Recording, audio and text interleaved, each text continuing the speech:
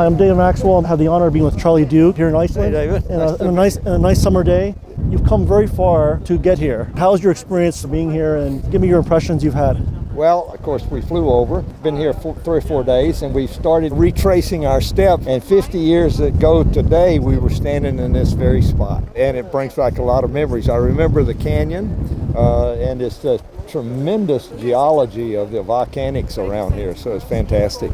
How many days do you recall? I think we were in this spot for about 2 days. We had flown into the interior on a light aircraft, got on a bus, and came into this area. We camped out for 2 nights, and then we went on to some other spots across the interior of Iceland. How many astronauts were with you on this group? I think 18 or 19, plus some geologists from the States. This was before the first landing on the moon, and the thought was the moon is going to be volcanic, and we should learn about volcanic rocks. So the reason we came to Iceland is because it's just a big volcano.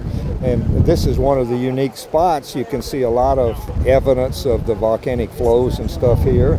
When we actually got to the moon, it really didn't look like this. All the mountains are more rounded off, and you don't see very many big angular rock like you see in the background here.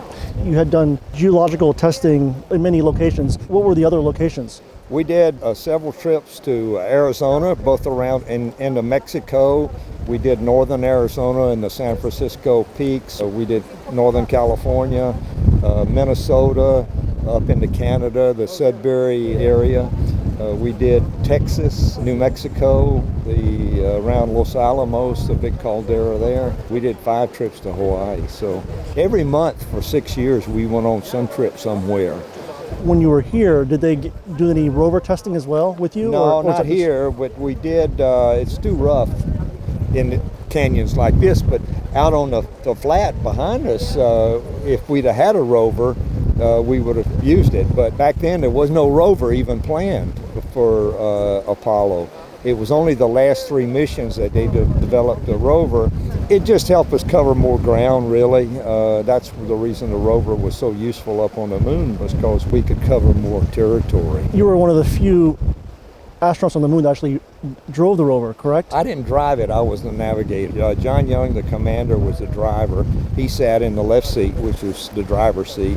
I sat in the passenger seat on the right side, and I had a set of maps. And so we'd start off, and I'd tell him which way to steer and how far we had to go. And while he's driving, I'm taking pictures and commenting on the scenery that we're seeing to mission control. So I'm sort of the mission control travel guide, if you will. Unless we stopped, we had TV, but when we drove, we didn't have any TV.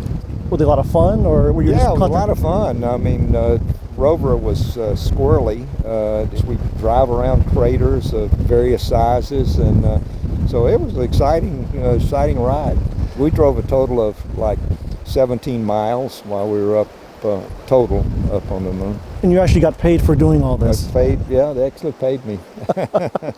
My final question is, how did the experience in the training here help apply to when you went to the moon? The field geology was really what we had to recognize, various rock types and various formations. The training was all for that, so that when we got to the moon, we would be able to identify different rocks, and we would be able to identify different formations that would help develop knowledge of the moon. And Apollo was all the way across the front face of the moon. We were the farthest south. Apollo 15 was the farthest north. Farthest west was Apollo 12, and I think the farthest east was Neil Armstrong. It was like landing in the top of a big valley, a big mountain valley. We were actually maybe 8,000 feet above where Neil Armstrong had landed, and so we were in the it's called the Highlands of the Moon, and it was the only mission that went to that. You were there a total of 71 hours or 72 hours? 72 hours on the moon, outside exploring, a total of about 21 hours.